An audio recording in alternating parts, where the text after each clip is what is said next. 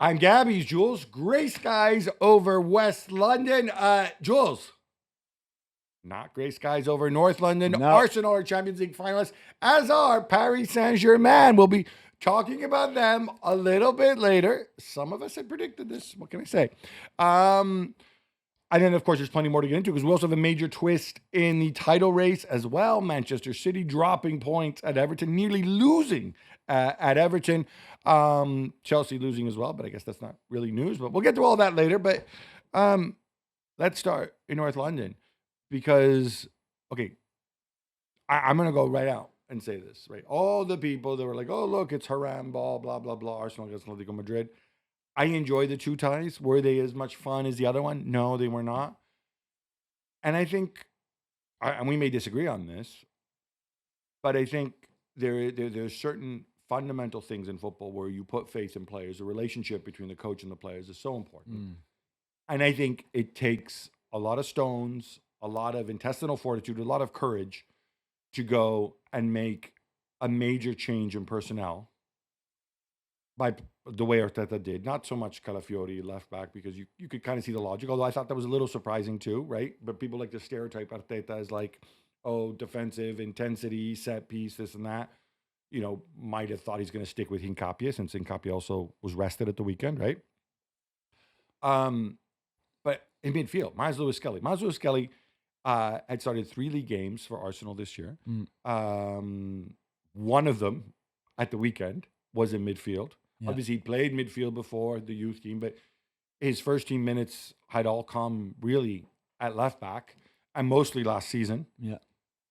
And you go and you drop Zubimendi for this game. Zubimendi, who incidentally skipped the game at the weekend. I thought it was a huge call to make. I think it was an expected call. Yeah. And I like it when people are courageous and go out on a limb like this. Yeah. I mean, with Arteta, we've seen it in the past where a team, one of his teams does really well, and then he keep it for the next game, especially when it's a big game. So there was always a possibility that he would just play the same team that he did against Fulham, that played so well against Fulham. But Lewis Kelly was a surprise against Fulham, stayed a surprise, I guess, for this game against Atletico.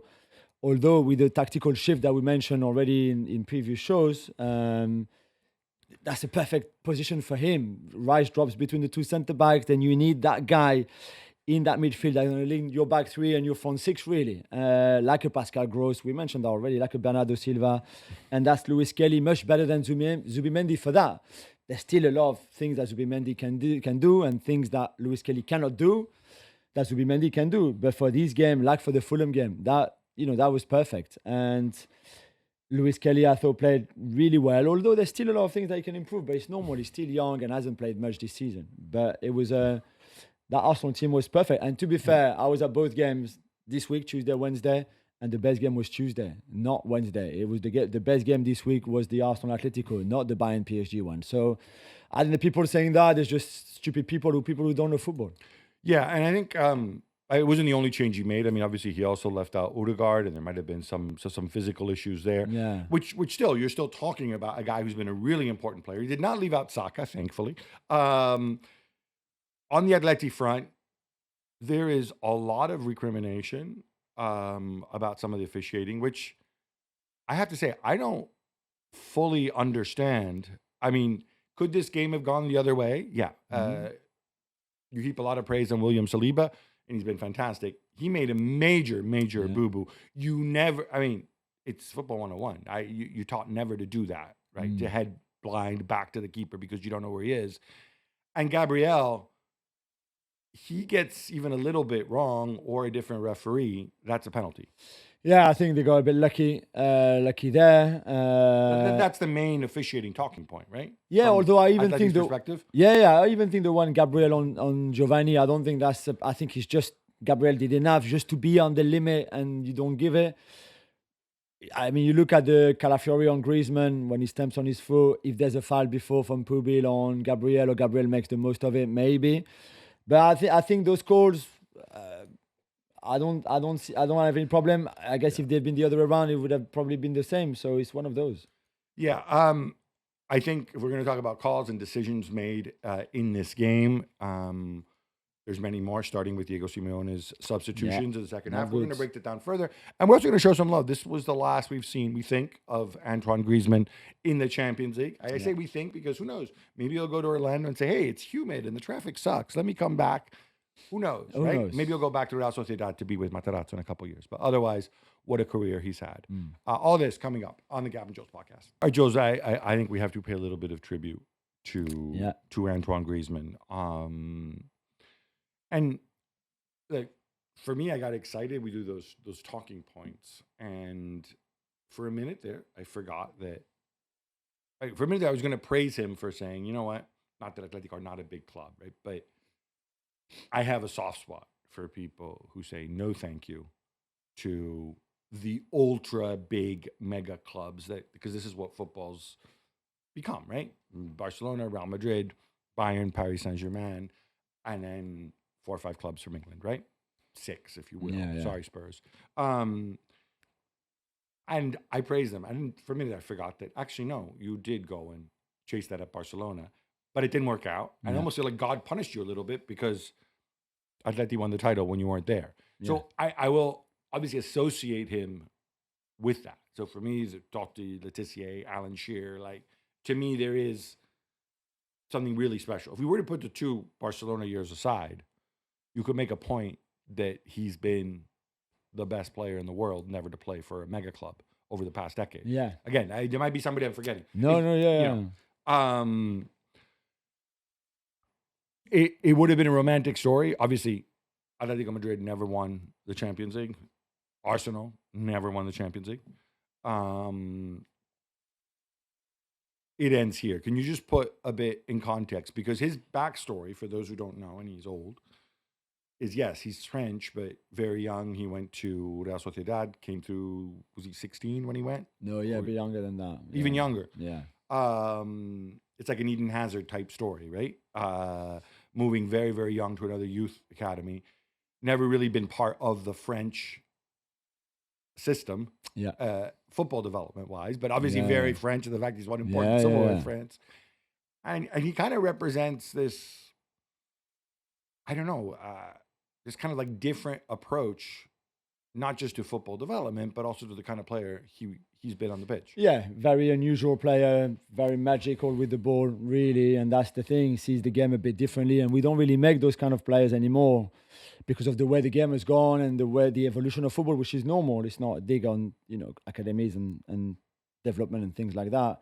But yeah, very special player. Very different to Eden Hazard, who just had to do 20 kilometers to go to the Lille Academy when he was really young. For Griezmann, nobody wanted him in France. He had, I think, 20 or 25 trials for French academies of top clubs.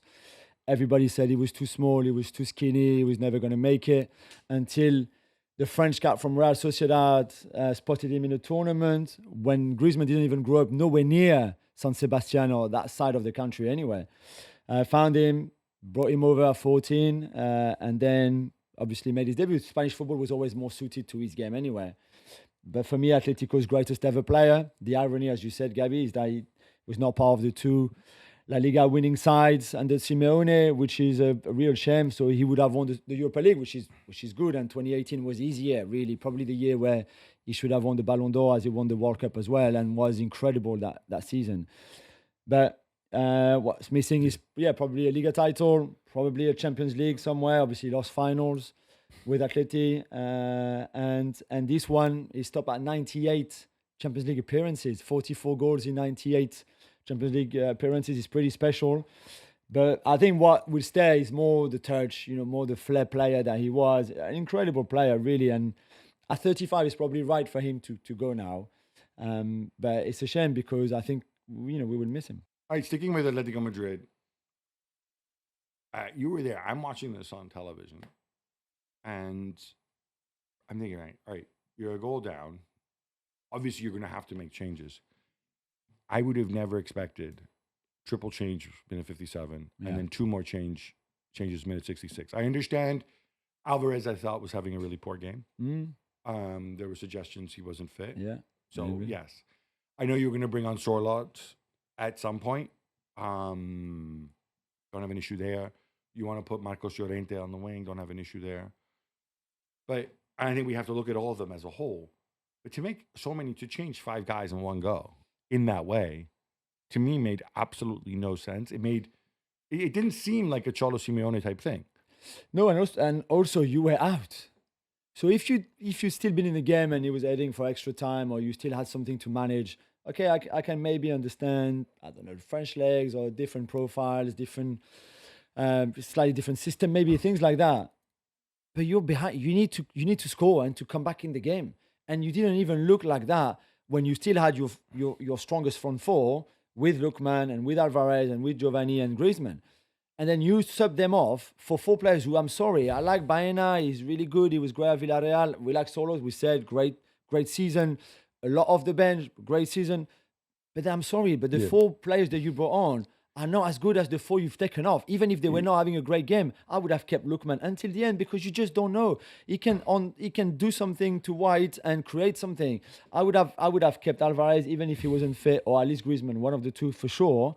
Because of that moment of quality they Exactly. can You provide. just, Yeah. or a free kick. Even Yeah, we a saw free kick, Alvarez yeah. free kick against Barca. You get a free kick on the edge of the box. Who do you want it to take? Griezmann It's or also, Alvarez? who do you want to get the ball to Sorloth, right? Even if you want to bring Sorloth at that point, saying like, all right, we'll get a knockdown or whatever. You want that sort of player. Thiago Almada is the one I really do not understand the He purpose doesn't of that. fancy him. He hasn't fancied him for weeks. I know. Well, so then all of a Yeah, sudden yeah, I'm yeah. going to go and give him this game. And also with a view, even if, like I said, I would have given it another 15, 20 minutes for many of these guys. Yeah. And 1 or 2 substitutions perhaps.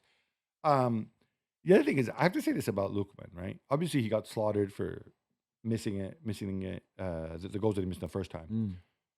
But Lookman can be a really prolific goal scorer. He has been, but he played a different position at Atalanta. Yeah. So if you're in a situation where you want him to go and run up, bomb up and down the wing and do both phases, that's going to be a little different for him, right? You're not going to Yeah. get his attacking output. You're not going to get his freshness. But once you've moved Marcos Llorente to that right back position and move Pubil inside, all of a sudden, just move Lookman further forward. That's another Like in the first option leg. that you have, Like in right? the first leg, and those chances he got in the first leg was after they moved to the 3-4-3, like at Atalanta, really, like where he's closer to the box and he's better. I think he's really going to kick himself. I think over so. I this. think he made a massive mistake there. I don't know if he thought, okay, Arteta's going to do something to screw this up, because and look, and I'm Diego Simeone, and I'm the man in black, and I've got the experience and the know-how. But you know what? Arteta's on the bench. I mean, Arteta can make a mistake with a substitution, Yeah, but yeah. you still, as you said, you still have to go You out. have to. You still have to go out and score. A lot was made on television, and I'll come right now. I don't understand this about some of with Simeone. It's always a theme. Oh, look at the antics, pitch side, running around. He had an altercation, I think, with Andrea Berta at some point. Yeah, Some yeah. people reported, and people also had to go at Arteta as well for his reactions. You were there. Maybe you saw more than I did. I don't have an issue. No, I mean, it's the same all the time. I can understand, that maybe some people don't really like that, all that energy, all that intensity, maybe a bit over the top. I mean, if you watch ESPN FC show, I apologize for some of the comments that was made on that show, because I think it was way over the line towards Arteta. What some of the guys said, which should have never been said. But yeah. I like the passion from both of them, but also from other managers. They're not the only ones. Luis Enrique is very animated. Yesterday, he spent a lot of time outside of his technical area as well. Vini was always outside of his technical area yesterday at the game too, on Wednesday at the game too. So I think a lot of those show passion, especially when you're in the semi-final. This is not like Champions League qualifiers in July. This is big games, and I've got no issue with them showing that. Yeah, I thought there was a little uncalled for. I thought. Yeah. Gyökeres got a ton of love Yeah. in this game. Good for him. Okay, so help me out here. As you know, Gyökeres Havertz is going to be a talking point for the final. We'll probably talk about this over and over. Yeah. For me, it depends how Arsenal necessarily want to play, and I think more than how Arsenal want to play is how Arteta thinks Paris Saint-Germain will approach it, right? In this game, you could look at this, and he got so much praise. He also missed a goal that you expect a striker with his price tag to put away. Yeah. And if something happens at the other end, we mentioned when we talk about fine margins, right? Yeah, sure. The Gabriel on Giuliano. that's a penalty, then Gyökeres missed, and Gyökeres becomes a villain, right? That's how quickly Yeah, this can turn. absolutely. Yeah, it was a big chance. He should have scored, even if I think the bounce before makes it a little bit. Havertz would have scored, right? Yeah, but I don't know if Havertz would have scored, but the bounce, the rebound makes it a little bit more tricky. I get that, but still, he should bury that, and the game is over then. To be fair, even before Giuliano's kind of chance that he has after that. But apart from that, and I know this is a big apart from, the rest of his game all around was brilliant. For me, his best game in an Arsenal shirt, even without the goal, even with that Okay, chance. describe what he did missed. for those who. Everything, all the runs were great, as we saw on the goal. It's not just that his runs were great, but it's also that finally, which was always going to take a bit of time for this Arsenal team to finally play a bit more for him. But Saliba found him. Saliba would have never played the pass that he played for Gyökeres on the Arsenal goal 2 or 3 months ago, or at the start of the season, for example. But this time, more and more, they find him. He holds up the ball a bit better than he did. We saw that against Fulham. We saw that in this game, even if there's a couple of times, even the one where he bumped into his own player at some point. So he's still not perfect, but he works so hard. He presses. He's a nuisance for the defenders. He's difficult to play against, to mark, because he's so big and so strong and all of that. If you play on his strength, he will be very helpful to your team. If you don't play on his strength, then yeah, for a long period of time, he would be there not touching the ball and being around the box, and there's no crosses, there's nothing for him. And for that, it's not great. But I think more and more, he's adapting to the team, and the team is adapting to him. So I think this gets us to a fundamental philosophical aspect in football, right? It's the old thing that we have in Italy and Spain about the blanket, where your blanket's too short. You can either keep your feet warm or you can either keep your head warm, right? If you're going to play to Gyökeres' strength, it'll come at the expense of something else, Yeah. right? Because there's only so many ways to approach. And this ties in as well, I think, also with Zubimendi and Lewis Skelly, right? Because yes, I want to put Rice sitting in front of the back four. Okay. That'll work in some games. But in other games, then I lose Rice coming forward. I don't necessarily want Rice to be the first pass out of the back all the time because I kind of know what's coming. In some ways, like if Arteta were here, he's like, oh, now you have a decision to make. You have a problem. And he would say something like, well, it's the problem every manager would want. And it's cliches. But fundamentally, you have a decision to make here, too. You have a decision to make vis-a-vis Odegaard as well. Do you try to recover him in your base formation? You only have X amount of games left, right? Yeah. And every game, because of the Champions League, because of the Premier League as well, is really, really important. Yeah. I'm going to be, and I'll give you another one, Madueke. I think Madueke is one of those guys who, even when he doesn't perform well, he still doesn't hurt you, and he still gives you a lot of productivity off the ball and stuff like that. Okay, but then we saw Trossard in this game, who different profile, right? Martinelli's still in the mix, and Gyökeres Havertz, of course, is another one. So I kind of feel like we can talk about, and Hincapié Calafiori, another one. Also, I'm assuming Timber will return at some point. So Yeah, I it's to think say, so. hey, Ben, thanks for the service. Go back to doing what you do in your spare time. Timber goes right in. I feel like there's so many calls for him to make. And when you've got so many calls, so many things that can go wrong. I have no idea what he's going to do, but certainly he has more big calls now than you would expect a team at this start of the season, which I think is actually a good thing. Because for much of the year, when Arsenal kind of hit the skids, it was all Arsenal are predictable, Arsenal one-dimensional, the set pieces, transition, that's the only way they're going to score, where's Saka, where's Odegaard, blah, blah, blah, right? Now you kind of have these options. Yeah. I think there's some that are easy picks, really, because on the left, Trossard is better than Martinelli, Madueke, even Eze on the left. So this one makes sense. At right back, if Timber is fit, better than White, no problem. At left back, it depends who you play against. If you want more control and somebody better on the ball, Calafiori. If you want a better defender, Hincapié, okay. You want no somebody problem. more handsome, Calafiori as well. As well, of course. Yeah. Sorry, Piero. Saka, no problem. And Eze, Odegaard, and Gyökeres and Havertz are the two really right now that we can look into. More than Lewis Skelly, Zubi? And maybe Lewis Skelly, Zubi as well. You're right. And to be fair, there's also in those three matchups, one player that has got more momentum than the others. Lewis Skelly more than Zubi, Eze more than Odegaard, because Eze has been playing well the last two games only where he started, and Odegaard is still coming back from yet another injury, and I'm not sure about his match fitness, and certainly, what can he bring to the team from the start for 90 minutes? Can he do that? We're not sure. And for Gyökeres and Havertz, it'll be the same. Havertz was injured; he's just coming back. What will his physical condition Exactly. When Gyökeres has done well in the last few games, so it looks if the final was tomorrow, for example, against PSG, I think that Gyökeres would start. That Eze would start. You probably know that Luis Kelly would start, and at left back, I guess against Doué, maybe more Hincapié than Calafiori. But the final is not tomorrow. There's another 3.5 weeks. There's another 3 finals between this and the other final. And I think that's the single biggest thing absolutely. that he needs to weigh up. So some big decisions for Mikel Arteta.